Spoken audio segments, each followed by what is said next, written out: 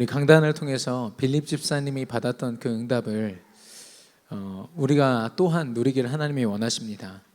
이 빌립 집사님이 받았던 응답을 이야기하면요, 하나님의 시간표의 흐름 속에 있었습니다. 누가 봐도 혼란이요, 핍박이고 위기의 상황이었거든요. 왜냐, 스데반의 환란으로 말미암아 지금 핍박이 더 거세지고요, 교회들을 파하려는 그런 시도들이 계속되고 있었습니다. 그런데 그런 시간표 속에서 하나님이 원하시는 선교라는 시간표를 발견한 거죠. 하나님이 정말 원하시는 생명운동, 이 복음운동에 올인한 겁니다.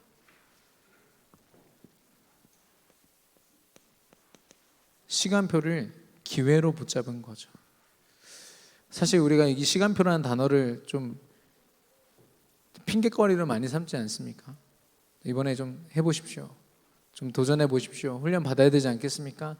아직 시간표가 아닌 것 같습니다.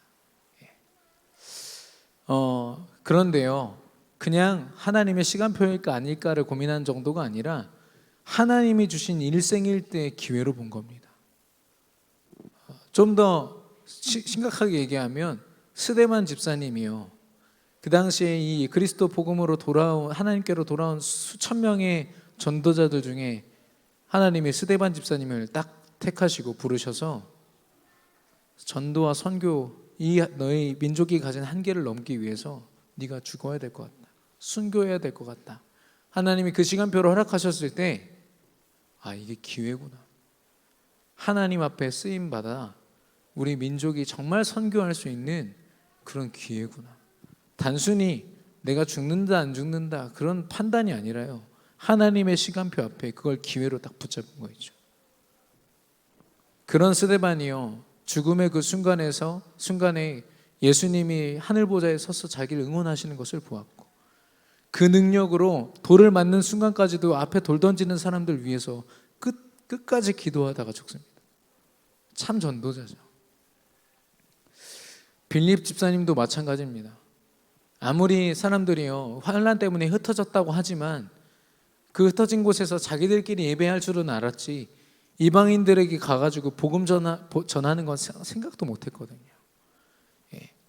저들이 우상 가운데 무너지는 것을 보면서도 저 사람들은 하나님 택하지 않았어. 유대 사상, 율법 사상에 가득해서 살릴 수 없고 여전히 재앙 저주의 그런 현장이었는데요, 이 빌립 집사님이 그곳을 지나면서 하나님이 내게 그곳을 살릴 기회를 주셨구나라고 생각한 겁니다. 그래서 단순한 시간표가 아니라 하나님이 주신 기회를 발견하게 되기를 바랍니다. 지금이 시간표를 가지고 가장 많이 핑계대는 시간이라면서요. 일꾼 임명의 시간 아닙니까? 회장 해보시겠습니까? 아니요, 시간표가 아닙니다. 이게 많이 그렇게 거절을 당하신다고 하는데, 이번에야말로 정말 하나님이 나를 향한 기회를 발견해 보시기 바랍니다. 누가 먼저 사실 이야기하기 이전에, 권하기 이전에 내가 정말 우리 조직을 두고 이 공동체를 두고 내가 이런 일을 좀 해보고 싶다, 하나님 안에서 발견되어지고 먼저 내 삶을 드리는 그런 기회를 붙잡는 전도자들 되시기를 그리스도 이름으로 축원합니다. 그래서 아무도 가지 않는 그 사마리아 성에 빌립 집사님이 가서요, 복음 그리스도 이름을 전했을 뿐인데, 예수님이 하신 그리스도의 일을 전달했을 뿐인데 중풍병자 낫고 못 걷는 자가 일어나고 귀신이 떠나가고 그 육신, 정신, 영적으로 그 모든 치유가, 전인격적인 치유가 일어나고 그 성에 큰 기쁨이 임했다고 했습니다. 그게 선교의 시작이죠. 안디옥 교회의 시작입니다. 그래서 이 시간표를 따라가면요, 우리는 분명히 구별된 노바디의 축복을 받게 됩니다. 오늘 계속 나올 단어인데요, 노바디. 스데반 집사님에게 성령 충만함으로 주어진 길은 순교라는 길이었습니다. 그리고 빌립 집사님에게 성령 충만함으로 주어진 길은요, 아무도 가지 않은 사마리아 성에 복음을 증거하는 것이었습니다. 근데 그 모든 것들이 그들이 가졌던 예수 그리스도 복음으로 모든 한계를 넘어서는 시작이 됐거든요. 자신의 한계뿐 아니라 이 초대교회가 가졌던, 예루살렘 교회가 가졌던 한계를 넘어서는 축복된 시간이었습니다. 저와 여러분이 성령 충만함을 누릴 때 우리가 하게 되는 일들은요, 세상 불신자들이 하는 저들의 의식주와 자기의 목표를 위해서 하는 일과는 분명히 구별된, 현장을 살리고 시대의 흐름을 바꾸는 그런 노바디의 현장이요 일이 될 줄로 믿습니다. 그래서 우리가 오늘도 누려야 되는 건 뭐냐? 성령 충만입니다. 예수가 그리스도 되신 언약 안에 하나님은 이미 성령 충만함으로 땅끝까지 증인되는 그 그림을 가지고 우리에게 언약을 주셨거든요. 그런데 우리 각인뿌리 체질과 우리 한계 속에서요, 할 수 없어. 우리 계산, 우리 생각. 빌립 집사님이 자기 계산, 자기 생각, 아니면 그 한계 많은 사람들끼리 막 토의하고 논의한다고 그 선교가 가능했을까요?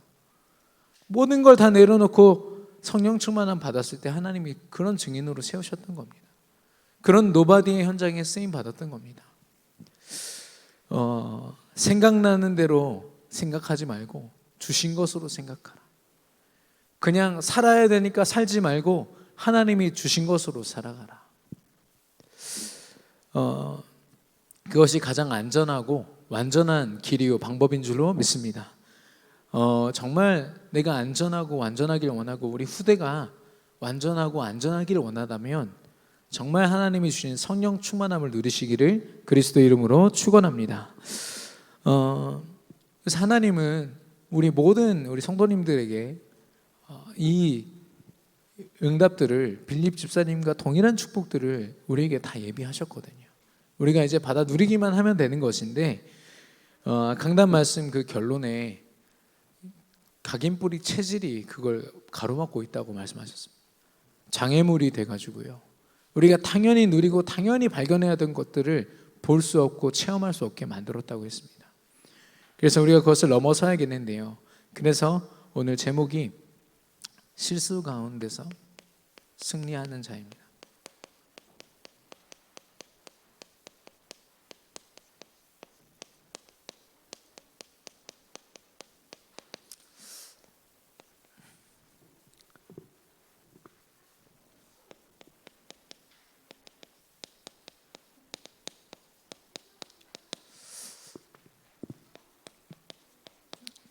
우리가 인생을 살면서 많은 실수를 하거든요. 근데 우리가 대부분 이렇게 많이 느끼는 실수들은 육신적인 실수입니다. 어제도 랩런트랑 포럼을 하는데 이게 시험 보면서 실수한 것들, 이런 얘기들을 하면서 이야기하더라고요. 그리고 우리 산업인들하고도 포럼할 때 우리 중직자분들이 자기가 어디에 투자했었는데 그게 실수였다. 자기가 인생 속에서 했던 그런 실수들, 인간관계 속에서 있었던 실수들, 나의 연약함 때문에 행했던 그런 실수들, 그건요 사실 생각 속에 많이 남습니다. 그만큼 아쉬운 거죠. 그만큼 그렇지 않았으면 좋았을 것을. 근데 우리가 정말 돌봐야 되는 우리의 실수가 있습니다. 영적인 실수거든요. 눈에 보이지 않기 때문에 우리가 제대로 보지 않으면 내가 실수했는지도 모르고 지나가게 됩니다. 나는 그 실수 때문에 하나님 앞에 쓰임받지 못했고 하나님 주신 응답을 현장에서 확인하지 못했거든요. 그러면 누구보다도 아쉬워서 그 실수를 기억하면서 다시는 이 각인뿌리 체질로 속지 않겠습니다. 우리가 치열하게 영적 싸움을 싸워야 되는데, 우리가 이 성령 충만함, 말씀의 자리, 기도의 자리에 있지 아니하면요 그걸 볼 수가 없습니다. 근데 그게 또 각인뿌리 체질이 되는 거 있죠. 실수하는 인생이 됩니다. 하나님 앞에 끝도 없이 불신앙으로 실수하는 인생. 물론 여기 오늘 나오신 분들에게는 하나님이 이 응답으로 새로 시작할 수 있는 그런 축복을 허락하신 줄로 믿습니다. 우리 인생이 실수로 반복되는 것이 아니라 하나님 주신 축복과 성령의 인도하심으로 충만해지기를 그리스도 이름으로 축원합니다. 그래서 우리의 각인뿌리 체질로 말미암은 우리 인생의 영적인 실수들이 무엇인가를 보길 원하는데요, 그 모델이 바로 다윗입니다. 다윗의 실수.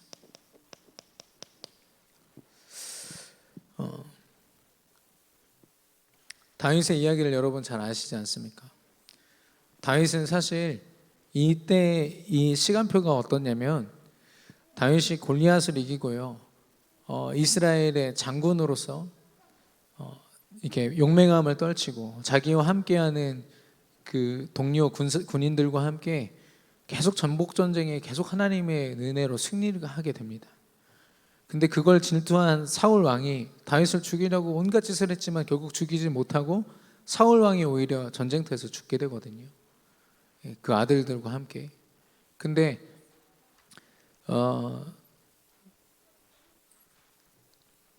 그런 속에서 다윗이 이제는 왕으로서 본격적으로 정복 전쟁에 뛰어듭니다. 다윗이 전쟁하는 것은 불신자들의 전쟁과 완전 다르죠. 자신의 유익과 약탈과 이 문화를 말살하는 그런 정도의 전쟁이 아니라 영적 싸움인 겁니다. 다윗이 정복하는 나라마다요 하나님을 외치지 않을 수가 없었어요. 하나님을 예배하는 제단들이 거기에 쌓여졌고요. 우상을 숭배하던 문화들이 완전 무너졌습니다. 그래서요 다윗이 했던 그 정복 전쟁은 단순한 전쟁이 아니라 하나님 나라 확장하는 일이었거든요. 하나님이 다윗에게만 허락한 유일성이었고 전도와 선교였습니다. 특별히 다윗은요 좀 중요한 전투가 있으면 또 되게 어려운 전투일수록 앞장섰어요. 제일 앞서서 싸우니까 자기를 이렇게 친위하는 친위대가 30명 있었는데 그 사람들보다 앞서서 늘 싸웠습니다. 믿음 가지고 나아가는 다윗을 누가 이기겠습니까? 누가 감당할 수 있겠습니까? 어떤 강대국이 함부로 할 수 있겠습니까?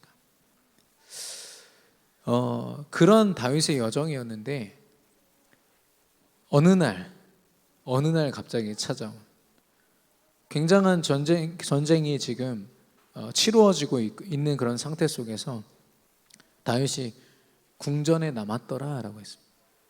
늘 앞장서서 영적 싸움에 앞장섰던 그 선봉에 섰던 다윗이 궁전에 남아 있는 거죠. 그리고 성경에 보니까 왕궁의 옥상을 돌아다녔더라. 장군들을 전쟁터로 보내고 그 왕궁의 옥상은 왕만 올라갈 수 있는 곳이거든요. 거닐 수 있는 곳이거든요. 왕이 가지고 있는 그 특권, 자기도 모르게 창세기 3장에 심취해서 자기를 드러내는 그 자리에 와 있는 겁니다. 정말 자기가 싸워야 될 영적인 싸움의 자리, 하나님 나라 확장의 자리를 놓친 채로, 전도 선교를 놓친 채로 자기를 드러내는 자리에 와 있던 거죠. 그래서요 다윗의 실수는 사실 자리의 실수입니다. 하나님이 허락하신 전도자요 선교사로서 하나님이 맡기신 사명을 감당하는 자리를 놓치니까요 실수할 수밖에 없는 자리가 되었고요. 그리고 그런 상태가 되었던 거죠. 언제든지 사단에게 속고 빼앗길 수 있는 상태.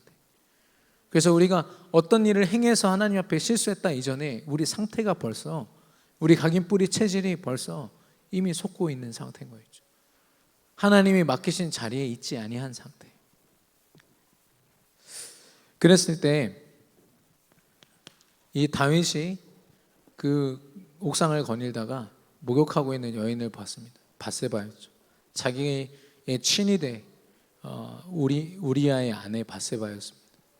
그래서 너무 아름다운 나머지 누군지 알아보게 시키고 결국엔 데리고 와서 동침하고 나중에 보니까 임신했거든요.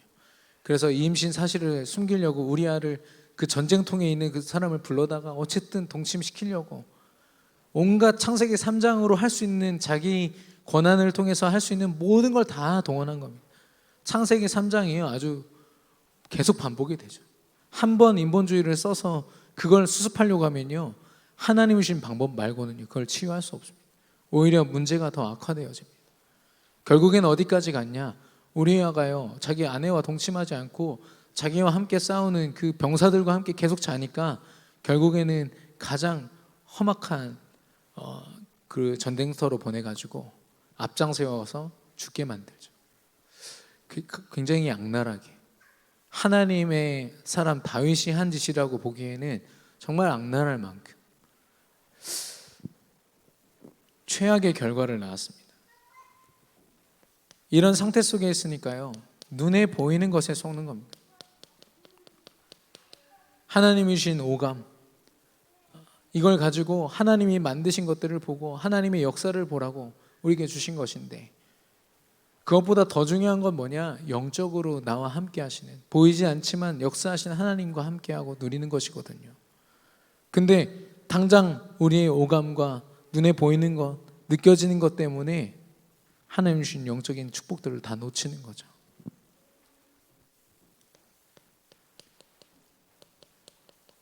우리의 감정을 자극하는 겁니다. 믿음은요, 이성이 아닙니다. 이건 해야 돼, 하지 말아야 돼가 아니라 아예 그런 생각조차 하지 않을 만큼 하나님이 믿음을 주시거든요. 담배를 펴야 된다, 말아야 된다, 뭐에 중독돼야 된다, 말아야 된다, 끊어야 된다, 이런 생각도 하지 않을 만큼 하나님이 그 믿음으로 능력을 주시는데, 믿음의 자리에 있지 아니하니까요, 감정 하나에 막 흔들리는 거예요. 한 나라를 움직이는 왕이, 그 엄청난 사명을 가진 왕이, 그러다 보니까요, 자신의 본분을 놓치고요, 그리고 하나님이 주신 흐름을 놓쳤습니다. 왕이 가장 앞장서서 자기의 친위대보다 앞장섰다는 말 뭐냐면, 자신이 가진 믿음으로 친위대를 지켰다는 겁니다.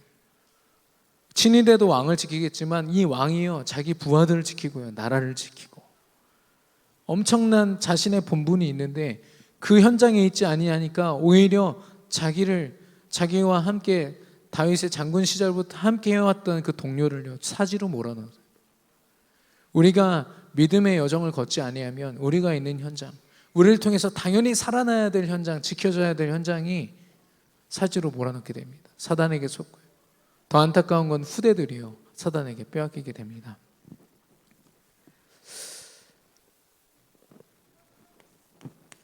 하나님이 다윗을 통해서 하실 일들이 너무나도 많았거든요. 정복전쟁을 통해서 하나님 나라 확장하는 일, 그 일뿐만 아니라 아직은 다윗도 스스로 알지 못하지만 다윗을 통하여 성전이 역사의 이래로 볼 수 없는, 아무도 할 수 없었던 성전 건축하는 일에 다윗을 쓰시려고 하나님이 준비하고 계셨거든요. 그 엄청난 하나님의 원대한 역사, 그 흐름 속에서 다윗이 지금 그 자리와 그 상태를 놓침으로 말미암아 실패하게 된 거, 실수하게 된 겁니다. 결과적으로 하나님과 상관없는 삶을 살았죠. 상관없는 삶. 우리의 실수도 마찬가지입니다. 영적으로 하나님이 우리 교회를 통하여 주신 그 시스템들, 영적인 축복의 말씀이 선포되고 기도 제목이 선포되어지는 그런 자리를 우리가 놓친다면, 그리고 그런 하나님이 주신 영적인 상태, 성령의 충만함을 누리지 못한다면 우리는 여지없이 우리 감각과 우리 생각, 감정 가지고요 속게 되어 있고, 우리 본분은 당연히 감당하지 못할 뿐더러 하나님과 상관없는 삶을, 불신자들과 똑같은 삶을 살게 되는 겁니다. 영적인 우리의 삶에 주어진 실수들, 이번 기회를 통해서 제대로 살펴보시기를 바라고, 그것이 내가 놓친 자리, 내가 놓친 영적 상태로 말미암았음을 발견하는 그런 축복이 있기를 바랍니다. 그런데 그런 다윗을 하나님이 다윗을 통한 하나님의 원대한 여정을 포기하지 않으셨습니다. 사실 다윗이 지금 범죄한 이 죄는요, 불신 현장에서는, 주변 나라들에서는 수도 없이 일어나는 일들이, 부하의 아내를 취하고 부하를 죽이고, 뭐 다른 나라들에서는, 우상 숭배하는 국가들에서는 더한 일도 많이 일어났거든요. 그러나 그런 수준이 아니라 이 믿음 안에서 볼 때 이 다윗은요, 하나님 앞에 엄청난 죄를 진 겁니다. 특별히 하나님 주신 축복의 자리를 놓친 것, 거기서부터 다 시작되었거든요. 근데 하나님께서 치유와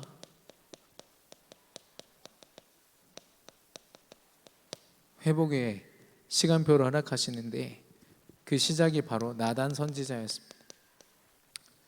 나단 선지자가 찾아와서 예를 들어서 설명하는 거죠. 어떤 한 부자가 가축이 많다. 근데 이 가난한 사람은 암소 한 마리 가지고 있다. 근데 이 부자가 자기 잔치한다고 이 암소를 데려다가, 가난한 사람의 암소 데려다가 잔치를 벌였다. 그랬더니 막 다윗이 막 불같이 화를 내면서 저 죽여야 된다고, 그리고 4배로 갚게 만들어야 된다고 나단 선지자가 기라였다는 듯이 네가 한 짓이다 얘기합니다. 네가 우리아의 아내를 빼앗고 네 탐욕에 몰아서 그렇게 행하지 않았냐? 하나님이 주신 엄청난 축복들이 이 나라와 이 백성들을 통해서 너에게 주어졌는데 그거 보지 않고 네 멋대로 살지 않았냐? 하나님 앞에 회개하라. 지금 말씀을 전하고 있는 겁니다. 우리의 실수를 돌보는 시작이 강단의 말씀이 되기를 그리스도 이름으로 축원합니다. 실수를요, 계속 실수를 또 다른 실수로 덮으려고 해요. 내 방법으로 인본주의 동원해서. 그러면 이 다윗처럼요 계속 악순환이 됩니다. 그런데요, 빨리 다 내려놓고 강단 말씀 앞에 서 보십시오. 하나님이 가장 정확하게 성령으로 인도하실 거거든요. 그때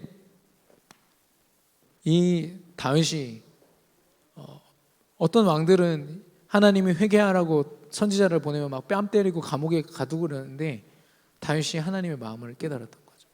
그래서 그 자리에서 회개할 뿐 아니라 어쨌든 이 밧세바와 자기가 불륜을 통해서 낳은 아들이 있어요. 그 아들을 하나님이 병들게 만들거든요.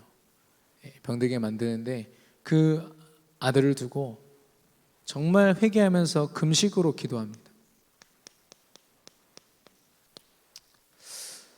사실 여기서 한 기도는 단순히 아들을 살려달라는 기도가 아니겠죠.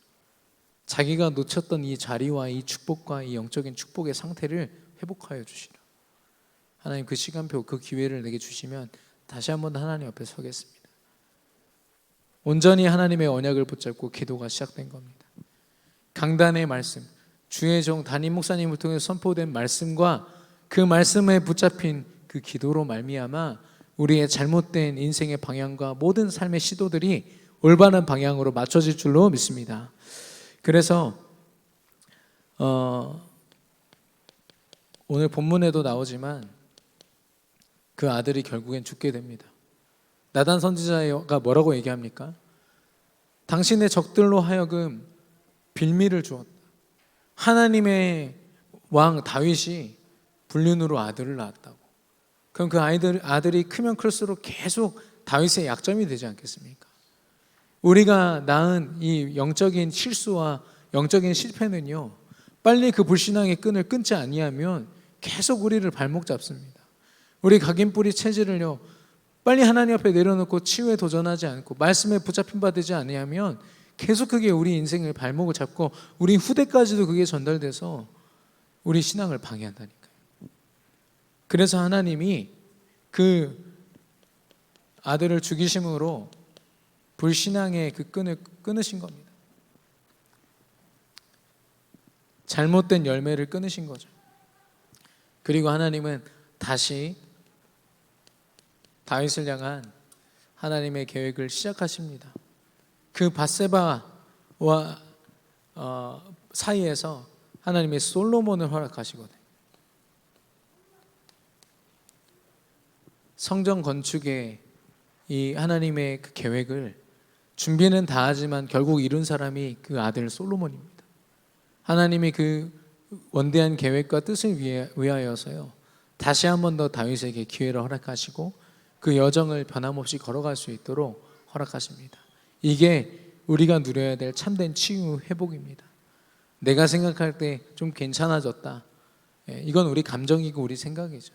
하나님 보실 때 합당한 모습, 전도와 선교의 자리를 놓쳤다면 우리는 다시 그 자리를 되찾고, 예배와 기도의 자리를 놓쳤다면 다시 그 자리를 되찾아서 하나님 앞에 합당하게 서야 될 줄로 믿습니다. 그럼 왜 우리가 영적으로 실수하지 말아야 되는가? 우리의 삶이 정말 촘촘하게 성령의 인도하심과 충만함으로 채워져야 하는가? 우리 자신을 보기 원하는데요, 하나님은 아무것도 없는 곳에서 시작되기를 원하십니다.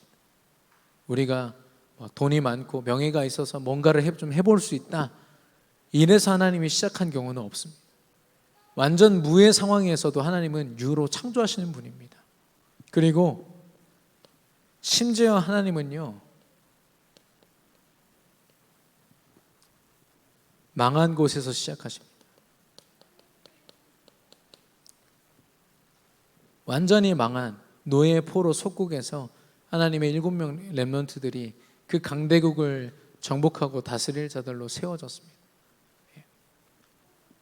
그리고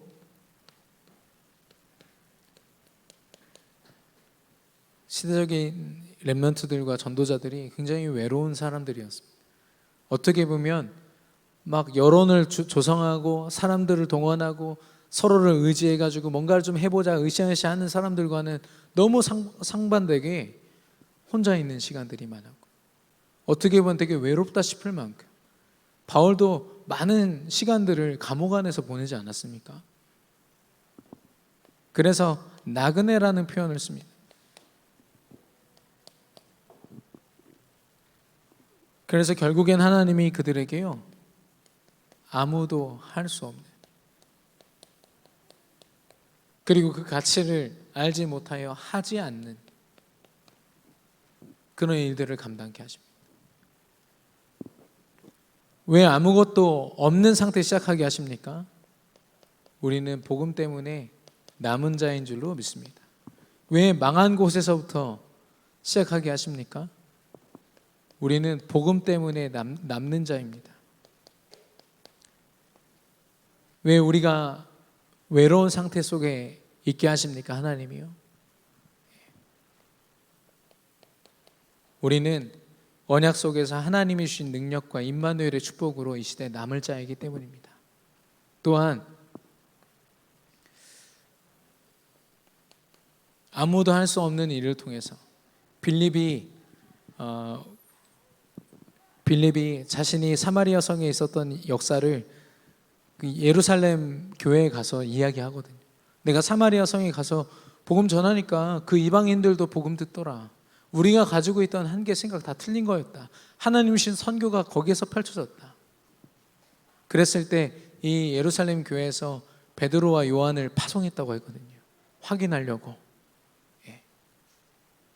이 빌립이라는 전도자들 통해서 하나님이 할 말을 남기신 겁니다.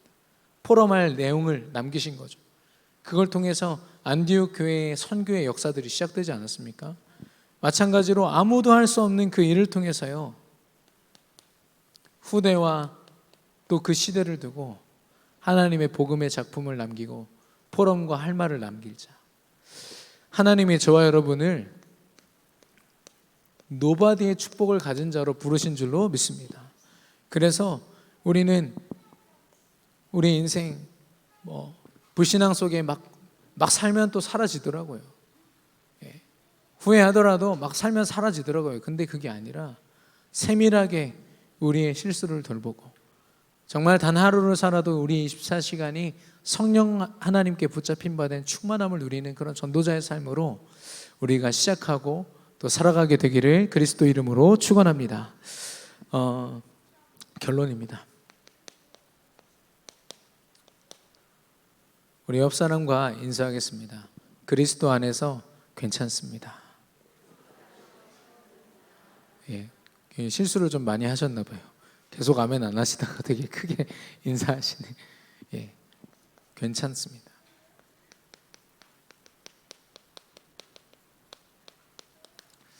실수를 많이 하란 말이 아닙니다.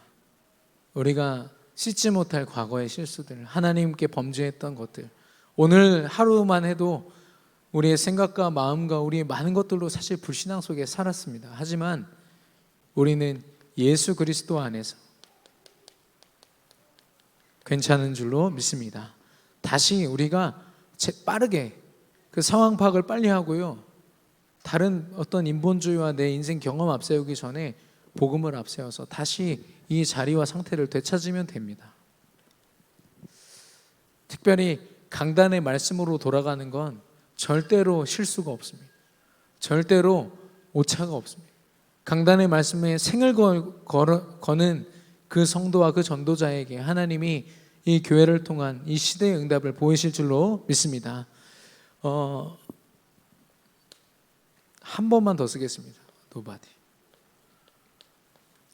빌립 집사님이 받았던 축복입니다. 사도행전 12장에 보면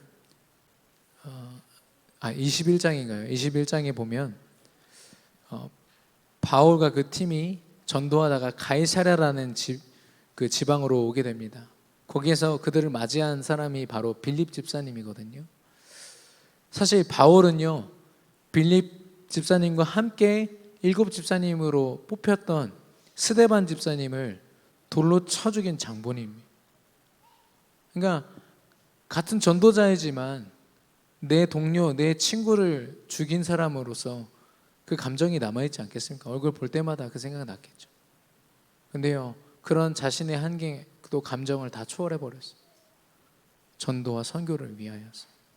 그래서 자신의 집을 미션홈으로 열고요, 전도자들을 초청해서 묵게 할 뿐만 아니라 그런 여정 속에 있다 보니까